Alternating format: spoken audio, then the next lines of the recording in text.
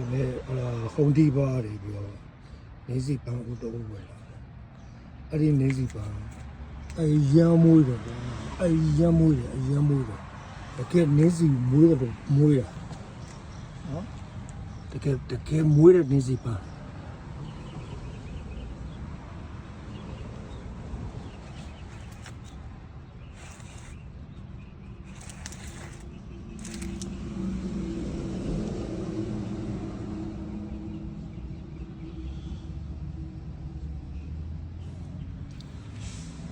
တကယ်မွေးတဲ့နေစီပန်း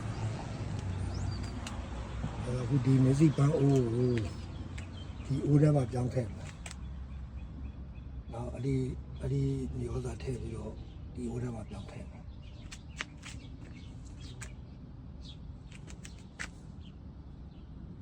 ပြောင်းပြီးတော့ဒီအိုးထဲကိုအဲ့ပြောင်းထည့်လိုက်ပြောင်းထည့်ပြီးတော့အဲ့ဒီဟာစောစောနည်းနည်းနွန်းနေတဲ့ပန်းလေးကိုညှပ်ထုတ်လိုက်တယ်လက်ပွင့်ကနူးနေပေါ့နွန်းနေဟိုညထောက်လာဟိုအများကြီးပဲဒီမှာပွင့်တော့မဲ့ဟာတွေရှိတယ်အပူတွေရှိတယ်ရမ်းမွေးတယ်အဲ့ဒီ